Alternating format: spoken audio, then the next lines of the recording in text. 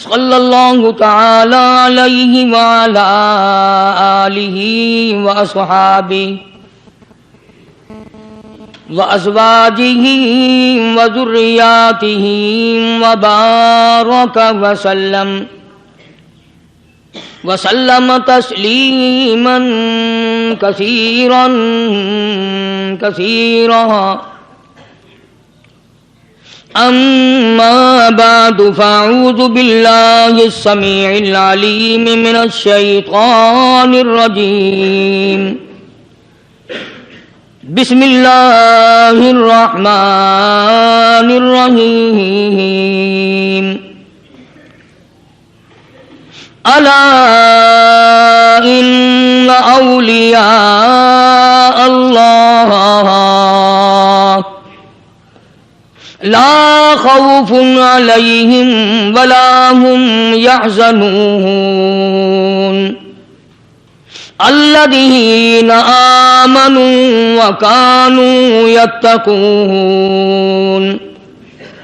لهم البشرى في الحیاة الدنیا وفي الآخرة لا تبدیل لکلمات اللہ ذلک هو الفوز العظیم ولا يحزنك قولهم ان العزة للہ جميعا هو السمیع العلیم صدق اللہ مولانا العلی العظیم وبلغنا رسولہ النبی الکریم ونحن علی ذلک لمن الشاہدین والشاکرین والحمد للہ رب العالمین اللہم صل علی محمد وعلی آل محمد کما صلیت علی ابراہیم وعلی آل ابراہیم انک حمید مجید اللہم بارک علی محمد وعلی آل محمد کما بارکت علی ابراہیم وعلی آل ابراہیم انک حمید مجید۔ Recording Rana Tayyab TIC Tayyab Islamic guest house Multan Pakistan. گزشتہ 2-3 جمعوں سے اللہ کے نیک برگزیدہ بندے، مقبول ترین بندے، اللہ والے، اللہ کے ولی، بزرگان دین رحمہم اللہ علیہم اجمعین کے واقعات اور مختصر سے حالات اس نیت سے عرض کر رہا تھا کہ ہمیں بھی اپنے گریبان میں جھانکنے کا موقع ملے، ہم لوگ بھی یہ سوچیں کہ یہ اللہ والے تھے، پیٹ بھی تھا، نفس بھی تھا، بیوی بھی تھی، بچے بھی تھے، پیاس بھی لگتی تھی، بھوک بھی لگتی تھی، کپڑا بھی درکار تھا، سردی گرمی بھی آتی تھی، ان لوگوں نے اللہ کی رضا کیسے حاصل کی؟ نیت میری کسی کی تردید مقصود نہیں، سمجھانے کے لیے کہتا ہوں جیسے سڑک پہ پیدل آدمی چل رہا ہو اور پاس سے کار گزرتی ہے تو دل میں خیال آتا ہے کہ میرے پاس بھی کار ہوتی۔ ان اللہ کے نیک بندوں کو دیکھ کر میں اور آپ کیوں نہیں سوچتے کہ میں بھی اللہ کا نیک بندہ بن جاتا؟ کوٹھی بنگلہ دیکھ کر، لمبا چوڑا کاروبار کارخانہ دیکھ کر آدمی کے دل میں آتا ہے یارو یہ کارخانے دار ہے، میں اس کا مزدور ہوں۔ تیرے دل میں یہ بات کیوں نہیں آتی کہ میں نماز بھی نہیں پڑھتا اور فلانا ساری رات سویا ہی نہیں؟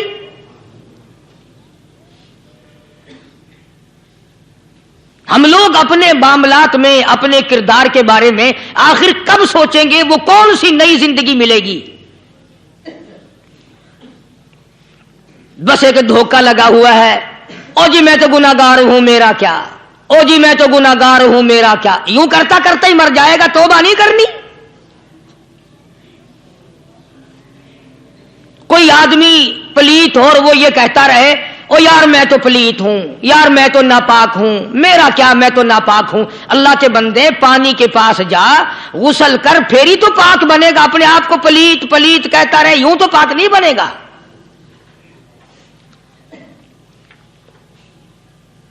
یہ اللہ والے جو ہوتے ہیں آدمی کے اندر کو ٹھیک کرتے ہیں۔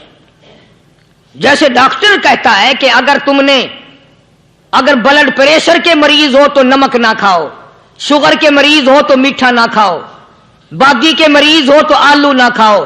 اللہ والا کہتا ہے اگر تمہارے اندر شرک کی بیماری ہے تو خدا کے دروازے کے سوا کہیں نہ جاؤ۔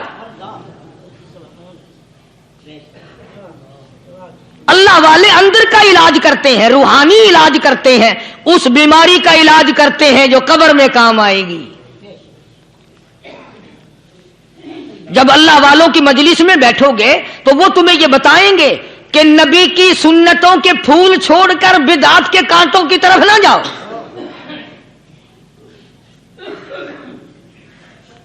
اور ہدایت ہے محمد کریم صلی اللہ علیہ وسلم کی، سبحان اللہ۔ وہ جوان کتنا خوش نصیب ہوگا جو حضور کے ساتھ سواری پہ سوار ہے۔ اللہ اکبر۔ سیدنا معاذ بن جبل رضی اللہ تعالیٰ عنہ کی ذات اقدس ہے،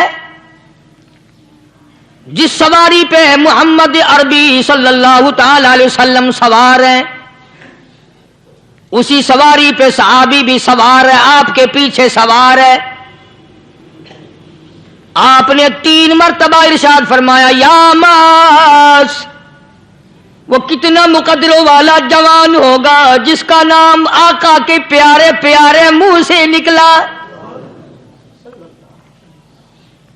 فرمایا یا معاذ، او معاذ، عرض کیا لبیک و سعدیک، میرے آقا میں حاضر ہوں، میں غلامی میں حاضر ہوں۔ کچھ نہیں فرمایا، پھر دوسری مرتبہ ارشاد ہوا یا معاذ،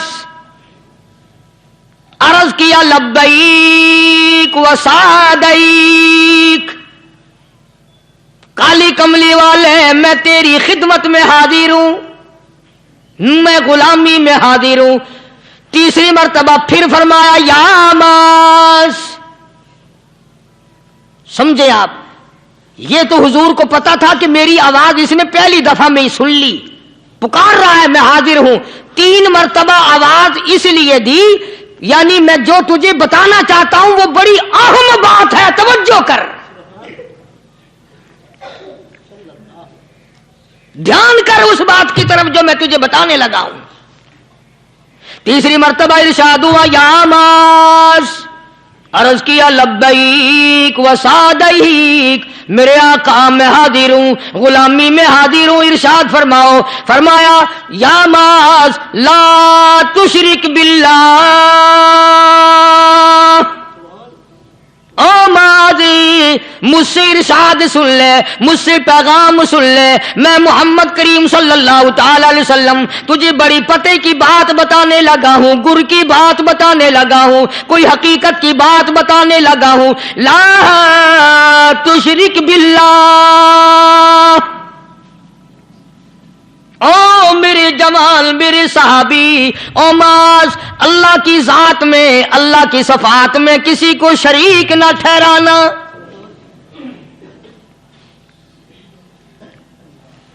کسی کو بگڑی بنانے والا نہ سمجھنا، کسی کو پریشانی دور کرنے والا نہ سمجھنا، زندہ کرنے والا، مارنے والا، فقیر بنا دینے والا، فقیر کو شہنشاہ بنا دینے والا اس کے سوا کوئی نہیں۔ چلو ہو گئی بات، فرما دیا آپ نے کہ شرک نہ کرنا۔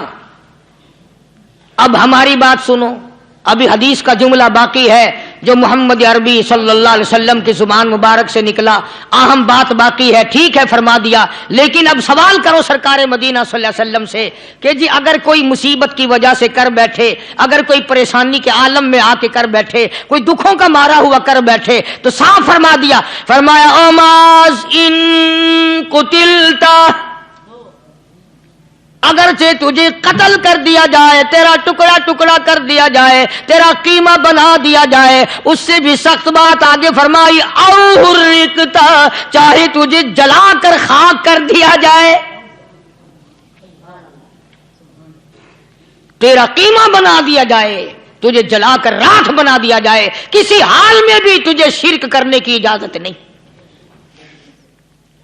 اور ایک اور بات میرے سے سن کر پکا کے لے جاؤ، چوری کرنے والا ساری عمر چوری کرتا ہے، لیکن کبھی ایسا دن اس کی زندگی میں نہیں آیا ہوگا جب وہ یہ کہے کہ میں عبادت کر رہا ہوں۔ لاکھ چوری کی ہو، یہ کہے گا کہ میں گناہگار ہوں، چوری کر اپن چلو تمہارے منہ پہ نہیں کہے گا، دل میں کہے گا۔ زنا کرنے والا کبھی نہیں کہتا کہ میں گناہ نہیں کرتا، شراب پینے والا کبھی نہیں کہتا کہ میں گناہ نہیں کرتا، حرام کھانے والا، رشوت لینے والا کبھی نہیں کہتا کہ میں گناہ نہیں کرتا۔ شرک ایسا گناہ ہے، ایسی گمراہی ہے، اس کو بندہ گناہ سمجھ کر نہیں، عبادت سمجھ کے کرتا ہے۔ اور ارشاد فرمایا محمد عربی صلی اللہ علیہ وسلم نے کہ شرک کرنے والے کو توبہ کی توفیق نہیں ہوتی، وہ اس کو برا سمجھے تو توبہ کرے، جب وہ اس کو برا سمجھتا ہی نہیں تو گناہ سمجھتا ہی نہیں تو توبہ کائے کی کرے گا وہ۔ میں عرض کر رہا تھا کہ یہ جو اولیاء کرام ہیں، بزرگان دین ہیں، اللہ والے ہیں، یہ شرک کی لعنت سے آدمی کو بچانے کے لیے ساری زندگی کوشاں رہتے ہیں۔ حدیث پاک میں آتا ہے، ارشاد فرمایا محمد کریم صلی اللہ علیہ وسلم نے کہ جب آدمی گناہ کرتا ہے، فرمایا ان فی الجسد لمضغۃ اذا صلحت صلح الجسد كله واذا فسدت فسد الجسد كله الا وهي القلب، او كما قال النبي صلی اللہ علیہ وسلم۔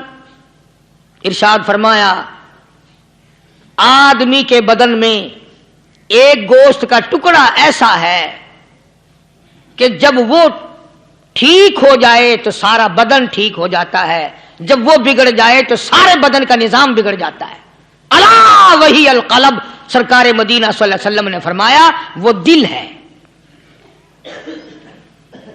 دل آدمی کا سنور جائے تو سارا کچھ سنور گیا، دل بگڑ گیا تو سب کچھ بگڑ گیا۔ ریاکاری دل سے پیدا ہوتی ہے، تکبر دیکھنے میں نہیں آتا، دل میں پیدا ہوتا ہے، فخر دل میں پیدا ہوتا ہے، عجب اور خودبینی دل میں پیدا ہوتی ہے۔ تو آقا مدنی صلی اللہ علیہ وسلم نے فرمایا کہ آدمی کا دل جو ہے وہ سفید ہوتا ہے، بالکل سفید ہوتا ہے۔ جب بندہ گناہ کرتا ہے تو ایک چھوٹا سا سیاہ کالا نقطہ اس کے دل پہ لگ جاتا ہے، پھر دوسرا گناہ کرتا ہے، پھر دوسرا نقطہ لگ جاتا ہے، پھر تیسرا گناہ کرتا ہے، پھر تیسرا نقطہ دل پہ لگ جائے، حتیٰ کہ اس کا دل سارا کالا ہو جاتا ہے۔ اور جب سارا دل کالا ہو جاتا ہے تو اس کے دل کے اندر پھر حق سمجھنے کی گنجائش نہیں رہتی، پھر وہ اتنا بگڑتا ہے کہ خلاف شرع کام کو وہ عبادت کہتا ہے، پھر وہ ڈھول دھماکے کو عبادت کہتا ہے، پھر وہ چمٹا کھڑکانے کو عبادت کہتا ہے، پھر وہ نشہ کرنے کو عبادت کہتا ہے، پھر وہ نماز نہ پڑھنے کو عبادت کہتا ہے، پھر وہ قرآن کے قریب نہ آنے کو عبادت کہتا ہے۔ حالانکہ بزرگوں کا یہ طریقہ کار نہیں۔ سائیں توکل شاہ صاحب سبقت رحمت اللہ علیہ، امبالے شہر میں مزار ہے، حضرت کے واقعات میں لکھا ہے کہ جب کوئی عالم، جب کوئی قاری، جب کوئی بزرگ قرآن پڑھتا یا کچھ بیان کرتا، اگر قرآن پڑھتا غلطی کرتا، ہاں یہ بات سمجھ لو کہ سائیں شاہ صاحب جو تھے ان پڑھ تھے، عالم نہ تھے، پڑھے ہوئے نہیں تھے، لیکن اگر کوئی قرآن کی آیت غلط پڑھتا تو سائیں شاہ صاحب جو تھے وہ کہتے کہ تو نے غلطی کی ہے، اور اگر کوئی حضور کریم صلی اللہ علیہ وسلم کی حدیث پاک پڑھتا اس میں کوئی غلطی کر دیتا تو شاہ صاحب فرماتے کہ تو نے غلطی کی ہے۔ تو ایک دن مولویوں نے، عالموں نے، قاریوں نے مشورہ کر لیا اور کہنے لگے آؤ شاہ صاحب سے پوچھیں گے کہ ان کو یہ پڑھے ہوئے تو ہے نہیں، ان کو پتہ کیسے چلتا ہے، آیت غلط پڑھی گئی یا حدیث پاک غلط پڑھی گئی، ان کو پتہ کیسے چلتا ہے؟ تو اللہ والے کی خدمت میں پہنچے اور جا کے یہ سوال کر دیا اللہ والے سے یہ سوال کر دیا. آپ سب سبحان اللہ کہو تو میں آگے جواب بتاؤں. اللہ اکبر اللہ اکبر. کیا شان ہے اللہ والوں کی. فرمایا تم نہیں جانتے جب کوئی قاری قرآن صحیح پڑھتا ہے, عالم حدیث پاک صحیح بیان کرتا ہے, میں دیکھتا ہوں میری آنکھوں کو نظر آتا ہے اس کے سر سے لے کر آسمان تک نوری فرشتوں کی قطار بند جاتی ہے.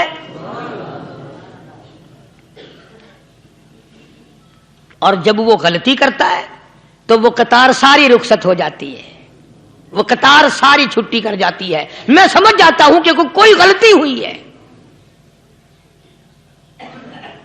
یہ ہے اللہ والوں کی باتیں جو ہم لوگوں کے کام آنے والی ہیں, جو ہمارے سوچ و بچار کی ہیں, جو ہمارے کرنے کی ہیں. کہ کتنے کتنے دن ان حضرات کو فاقے کرنے پڑے, مصیبت جھیلنی پڑی, پریشانی اٹھانی پڑی تو پرواہ ہی نہیں کرتے تھے. مخلوق سے سوال کرنا ان حضرات کے یہاں بہت بری بات تھی. بلکہ نفحۃ الیمن ایک عربی کورس کی کتاب ہے, درس میں پڑھائی جاتی ہے عربی مدرسوں میں. ہم نے جب سبق پڑھتے تھے تو ایک واقعہ پڑھا تھا کہ کسی پہاڑ کی غار میں ایک اللہ والا رہتا تھا اور اللہ اللہ کرتا تھا ہر وقت. اللہ کی طرف سے کھانا آ جاتا تھا اور وہ کھا لیا کرتا تھا. تو خدا امتحان بھی کرتا ہے, آزمائش بھی کرتا ہے. دعا کیا کرو اللہ ہماری آزمائش نہ فرمائے. ہم لوگ آزمائش کے قابل کہاں ہیں. تو اللہ پاک نے جب اس اللہ والے کی آزمائش فرمائی تو 3 دن تک کھانا نہ آیا, 3 روز تک کھانا نہیں آیا. جب نہیں آیا تو بھوک نے ستایا, اور جب بھوک نے ستایا تو پریشانی ہوئی, اور جب پریشانی ہوئی تو دل میں خیال آیا کہ اب میرے لیے سوال کرنا جائز ہو گیا, اب تو میں بالکل بھوک نے تنگ کر دیا مجھے. تو پہاڑ سے نیچے اترے اور جا کر کے ایک مکان پہ سوال کر دیا, اور سوال یہ کیا کہ اللہ نام پہ مجھے کھانا چاہیے. ان گھر والوں نے 3 روٹیاں دے دی, ان گھر والوں نے 3 روٹیاں دے دی, اور یہ اللہ کا ولی لے کے چل دیا. تو جس گھر سے 3 روٹیاں ملی تھی ان کے یہاں ایک کتا بھی تھا, وہ اس ولی کے پیچھے پیچھے لگ گیا اور بھونکار قریب تھا کہ کاٹ کھائے پھاڑ کھائے. اللہ کے ولی نے سوچا کہ یہ تو بڑا ظالم کتا پیچھے لگ گیا, 1 روٹی اس کو پھینک دوں, 2 مجھے کافی ہو جائیں گی, یہ اپنا اس کی ہلے لگ جائے گا, مشغول ہو جائے گا, میں نکل جاؤں گا. یہ کتاب کی بات ہے, حدیث کی نہیں. تو نفحۃ الیمن کتاب میں واقعہ یوں لکھا کہ کتا 1 روٹی کھا کے پھر بھاگ کے اس ولی کو مل گیا اور بہت بھونکار کاٹنے کے قریب ہوا. تو پھر اللہ کے ولی نے سوچا کہ یار 1 ہی روٹی کافی ہو جائے گی, یہ تو پھر ظالم پیچھے ہو گیا. اس نے دوسری روٹی بھی اس کو پھینک دی. اللہ کی شان, کتا دوسری روٹی کھا کر کے پھر ولی کے پیچھے پیچھے. اس نے سوچا ایسی روٹیوں سے تو یوں ہی بھلے, وہ تیسری بھی پھینک دی. کتے نے تیسری بھی کھا لی, اور جب تیسری روٹی کھا کے کتا بھونکا, اب ولی کھڑا ہو کر غصے میں آ گیا اور کہنے لگا او کتے تجھے شرم نہیں آتی. عربی کا لفظ ہے وَمَا عَدِيمُ الْحَيَا, اور بغیرت کمینے, تیرے مالک نے 3 روٹیاں دی تھی, جس دروازے پہ تو رہتا تینوں کھا لی پھر بھی بھونکتا ہے. 3 روٹیاں میں نے تجھے دے دی پھر بھی بھونک رہا ہے. تو یوں لکھا اس کتاب میں کہ اللہ پاک نے کتے کو بھی زبان دی, اور وہ یہ کہنے لگا کہ ولی صاحب ذرا ٹھہرو, خود فیصلہ کرو, تم بے غیرت ہو یا میں بے غیرت ہوں.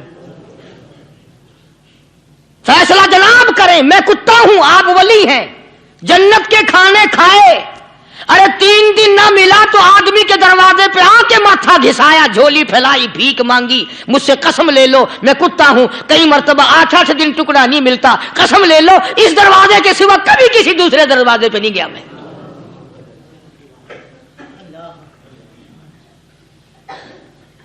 تجربہ کر لو, 3 دن کتے کو ٹکڑا ڈالو, 4تھے دن دم ہلا کر تمہارے پاؤں میں لٹے گا. ساری عمر گزر گئی اس مالک کا دیا ہوا کھاتے ہوئے پیتے ہوئے, آج بھی تجھے اس مالک کا دروازہ سمجھ نہیں آیا. پانی وہ پلاتا والذی ہوا یطعمنی ویسقین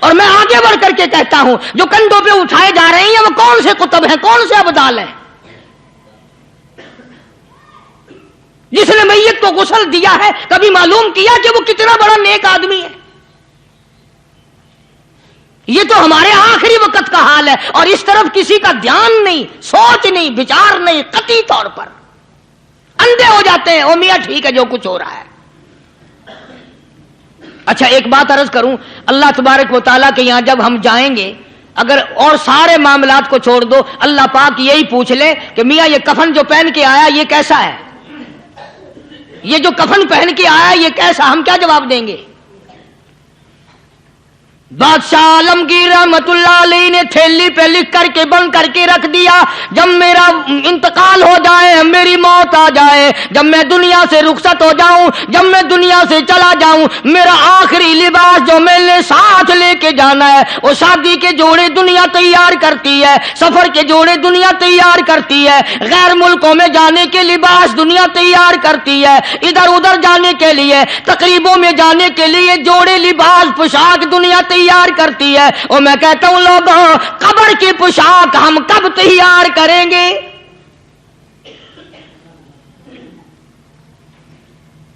عالمگیر رحمت اللہ علیہ نے خود اپنے کفن کا انتظام کر کے رکھ دیا۔ ہمارے گھروں میں تو اگر کفن کا ذکر کرو تو گھر والے بھی منہ بنائیں گے، چھوڑو تم نے کفن کی باتیں بنانی شروع کر دی ابھی سے ہی۔ اور ایک اور عرض کروں، کفن بھی مقدر والوں کو ملتا، کئیوں کو ملتا ہی نہیں۔ کفن نہیں ملتا، قبر نہیں ملتی، نماز جنازہ نہیں ملتی، غسل نصیب نہیں ہوتا، مقدری سودے ہیں۔ نہ یہ دولت سے بات بنتی ہے، اور نہ یہ اقتدار سے بات بنتی ہے، اور نہ یہ سرمایہ سے بات بنتی ہے۔ یہ تو تقدیروں کے مسئلے ہیں جو مالک نے اپنے ہاتھ میں رکھا ہے۔ جناب رسول کریم سب کہہ دو صلی اللہ علیہ وسلم کے سگے چچا، اللہ غنی جنگ احد ہے، امام الانبیاء محبوب کبریا حضرت محمد مصطفیٰ صلی اللہ تعالی علیہ وسلم کو خبر دی گئی آپ کی حالت بھی زخمی ہے، آپ کا چہرہ انور زخمی ہو گیا، آپ کے چہرے میں خود جو سر پہ اوڑھ رکھا تھا اس کے حلقے کڑیاں چہرے انور کے اندر چلی گئی، نکلتی نہیں، نکالنا چاہتے ہیں، نکلتی نہیں، نکالنے کی کوشش کرتے ہیں۔ ابو عبیدہ بن جراح رضی اللہ تعالی عنہ نے دانتوں میں پکڑ کر وہ حلقہ زنجیر والا کھینچ لیا۔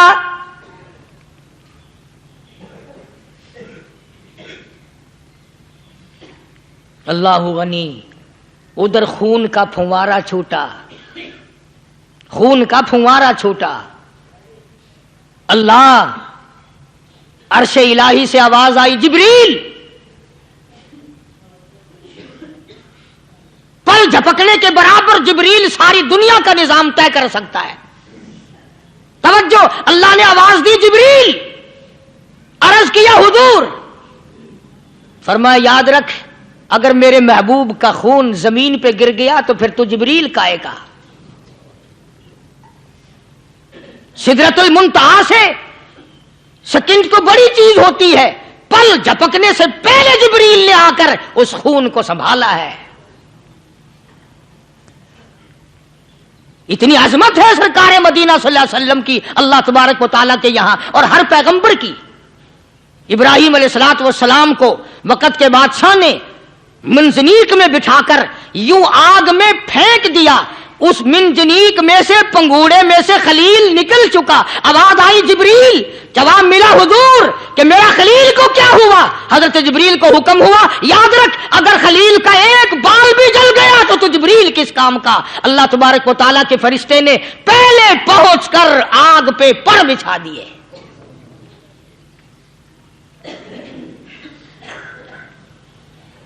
یوسف علیہ السلام کو بھائیوں نے کنویں میں پھینکا۔ اب بتاؤ کنواں کوئی 100-200 گز یا 100-200 میل تو لمبا نہیں ہوتا۔ میں خالق کی بے نیازی تمہیں بتا رہا ہوں، اور اپنے پیغمبروں کی کس طرح حفاظت فرماتے ہیں، سبحان اللہ۔ بھائیوں نے کنویں میں دھکا دیا، جبریل جی یہ کیا ہوا؟ تو میرا نبی آیا، میرے نبی کے کنویں میں جانے سے پہلے تخت بچھا دے۔ جبریل نے پر بچھا کر تخت بنا دیا۔ وہ تو یوں بچاتا ہے، وہ تو یوں سنبھالتا ہے۔ ابو عبیدہ بن جرہ رضی اللہ تعالی عنہ نے سرکار مدینہ صلی اللہ علیہ وسلم کے چہرے انور میں سے وہ جو زنجیر کڑی کھینچی، اللہ اللہ، ابو عبیدہ کے 2 دانت نیچے کے، 2 اوپر کے، 4 دانت نکل گئے۔ آج ہمارے دانتوں کو کیڑے کھا جاتے ہیں، کھوکھریں بن جاتی ہیں، نکل جاتے ہیں۔ ابو عبیدہ تو کتنا خوش نصیب جوان ہے، تیرے 4 دانت تو نکل گئے، پر حضور صلی اللہ علیہ وسلم کی تکلیف کو تو نے دور کیا، یعنی آقا کی خدمت کرتے ہوئے ابو عبیدہ کے دانت نکل گئے۔ ادھر اپنی تکلیف آئی، ادھر پتا چلا کالی کملی والے صلی اللہ تعالی علیہ وسلم تیرے چچا کا حال ٹھیک نہیں۔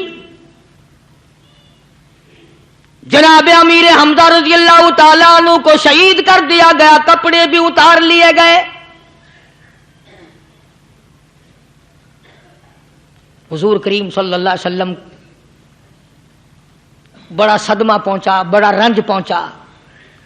ایک بات کرتا ہوں، توجہ کر کے لکھ کے لے جاؤ، کام آئے گی، بیٹیوں کو بتاؤ، بہنوں کو بتاؤ۔ سرکار کی نظر پڑی، سرکار کی نظر پڑی حضرت صفیہ رضی اللہ تعالی عنہ، حضور کی بوا، حضور کی پھوپھی، حضرت زبیر رضی اللہ تعالی عنہ کی اماں، امیر حمزہ رضی اللہ تعالی عنہ کی بہن دوڑی دوڑی آتی ہے۔ پتا چلا نا مدینے میں کہ بھائی کا حال ٹھیک نہیں، شہید کر دیا گیا، عورت ذات دوڑی دوڑی آئی۔ حضور نے فرمایا زبیر کون عورت ہے، جا کے روکو، لاش کا حال ٹھیک نہیں، کپڑے پھاڑے گی، جزا فضا کرے گی، میں نے سنا ہے لاش کا حال ٹھیک نہیں ہے۔ حضرت زبیر نے آ کے روکا، قریب آ کر پہچان لیا حضرت زبیر کی اماں تھی۔ انہوں نے کہا اماں اجازت نہیں، آگے نہ جاؤ۔ حضرت صفیہ عرب کی تکڑیم آئی، مارا غصہ زبیر کو، اوپر پھینک دیا، کہنے لگی ہٹ ایک طرف، میں اپنے بھائی کو دیکھنے نہ جاؤں۔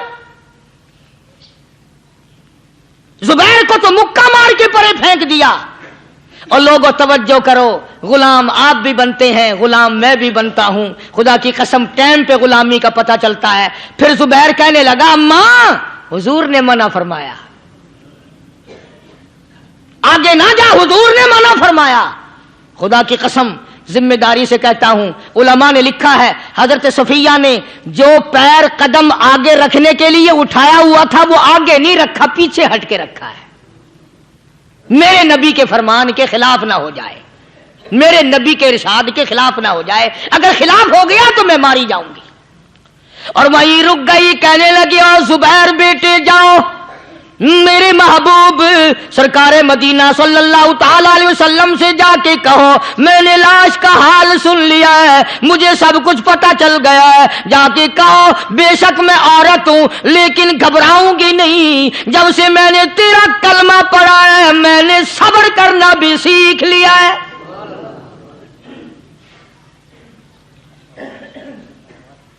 میں جدا فدا نہ کروں گی، میں کپڑے نہ پھاڑوں گی، میں رونا دھونا نہیں کروں گی۔ مدنی کریم صلی اللہ علیہ وسلم کو حضرت زبیر نے جا کے بتا دیا، میری اماں یوں کہتی ہے، فرمایا پھر بے شک اجازت ہے جائے۔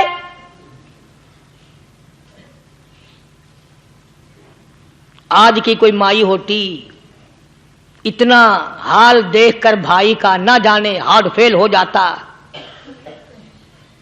صفیہ نے آ کے دیکھا اپنے بھائی سیدنا امیر حمزہ کے دونوں کان نہیں، ناک نہیں، لب نہیں، 11 ٹکڑے ہوئے پڑے ہیں، روتی نہیں، گھبراتی نہیں، دھڑام سے گرتی نہیں، چہرہ نہیں پیٹتی، ماتم نہیں کرتی، کھڑی ہو گئی، کہنے لگی او میرے پروردگار میرے بھائی کی قربانی قبول فرما، میرے بھائی کی قربانی کے صدقے میں میرا بھی بیڑا پہاڑ کر دے۔ اور خبر تو مل گئی تھی نا کہ کپڑے بھی اتار کر لے گئے، بغل میں سے 2 چادریں نکال لی ہیں، بغل میں سے 2 چادریں نکالی کہ میرے بھائی کو کفن دے دینا۔ یوں جو نظر پڑی ایک انصاری نوجوان رضی اللہ تعالی عنہ، وہ بھی ننگا پڑا ہے، کافر اس کو بھی شہید کر کے گر گئے۔ مسلمانوں ذرا اندازہ لگاؤ یہ بھی مسلمان تھے، یہ بھی نبی کے عاشق تھے، یہ بھی دیوانے تھے، ایسے وقت میں بھلا ایسی بات کس کو سوجھے؟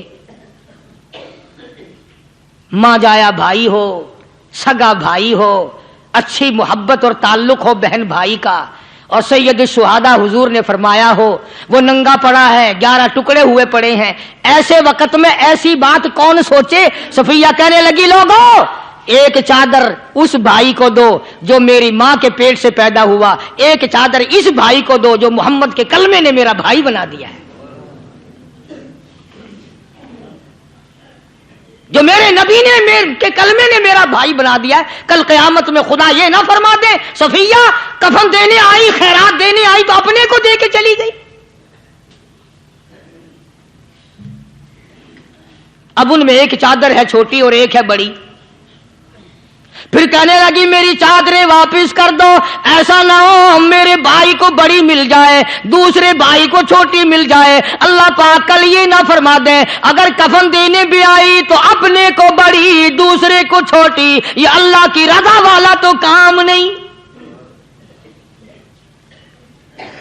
قرآن اندازی کی، سگے بھائی سیدنا امیر حمزہ رضی اللہ تعالیٰ عنہ کے حصے میں چھوٹی چادر آئی اور اس انصاری جوان کے حصے میں بڑی چادر آ گئی۔ چنانچہ جب محمد عربی صلی اللہ تعالی علیہ وسلم تشریف لائے تو حضور کو اتنا صدمہ پہنچا، میری مستقل کیسٹ ہے سیدنا امیر حمزہ رضی اللہ تعالیٰ عنہ کے عنوان پر، آپ لوگ اسے خرید کے سنیں۔ تم بھی کہتے ہو کہ ہم نے اسلام کی بڑی خدمت کی، ہم نے قرآن کی بڑی خدمت کی، ہم نے علماء اور طالب علموں کی بڑی خدمت کی، ہم نے مسجد اور مدرسوں کی بڑی خدمت کی۔ میں یہ کہتا ہوں آؤ دیکھو تو صحیح کہ ان حضرات نے کہاں تک قربانیاں دی ہیں۔ حضور نبی کریم صلی اللہ تعالی علیہ وسلم جب اپنے پیارے چچا کی لاش پہ آئے، چہرے پہ نظر پڑی دونوں لب نہیں، کالی کملی والے صلی اللہ تعالی علیہ وسلم نے منہ میں جھانک کر دیکھا تو زبان نہیں، ذرا نیچے کو نظر کی پیٹ میں جگر اور کلیجہ نہیں، دونوں ہاتھ نہیں دونوں کان نہیں۔ یہ حال دیکھ کر حضور صلی اللہ علیہ وسلم کو چکر آ گیا، زمین پہ تشریف فرما ہو گئے، اور پھر بلکہ یہاں تک لکھا ہے کہ آپ نے یوں فرمایا او میرے مالک اگر صفیہ مائی میری بوا پھوپھی یہاں نہ ہوتی تو میں یہ ٹکڑے بھی نہ اٹھاتا، اگر تو یوں ہی راضی ہے تو میں بھی یوں ہی راضی ہوں۔ اور پھر جب ان ٹکڑوں کو جوڑا گیا تو صحابہ نے عرض کیا یا رسول اللہ صلی اللہ تعالی علیہ وسلم امیر حمزہ قداور آدمی تھا، لمبا تکڑا بہادر آدمی تھا، حالت یہ ہے چادر چھوٹی ہے بھی ایک ہی، اگر سر ڈھانپتے ہیں تو پیر کھل جاتے ہیں، پیر ڈھانپتے ہیں تو سر کھل جاتا ہے۔ حضور نے فرمایا سر کو چھپا دو، پیروں پہ میرے چچا کے درختوں کے پتے ڈال دو۔ میں یہ عرض کر رہا تھا کہ اللہ والے ہر وقت میں آدمی کی اصلاح کی کوشش کرتے ہیں، اسے بنانے کی کوشش کرتے ہیں، اسے سمجھانے کی کوشش کرتے ہیں۔ اللہ تبارک و تعالی ہر مسلمان کو توفیق دے کہ وہ اپنی زندگی بھر اللہ والوں کی خدمت میں جانے آنے کی، قرآن کی خدمت کی ہر وقت پروگرام بنائے، نیت خیر رکھے۔ کیوں؟ اس لیے اسی کو کہتا ہے کہ لیے پھرتی ہے بلبل چونچ میں گل، لیے پھرتی ہے بلبل چونچ میں گل، اور ڈھونڈتی ہے شہید ناز کی تربت کہاں ہے، تلاش کرتے ہیں جانور پرندے کہاں پر اللہ کی رحمت برس رہی ہے۔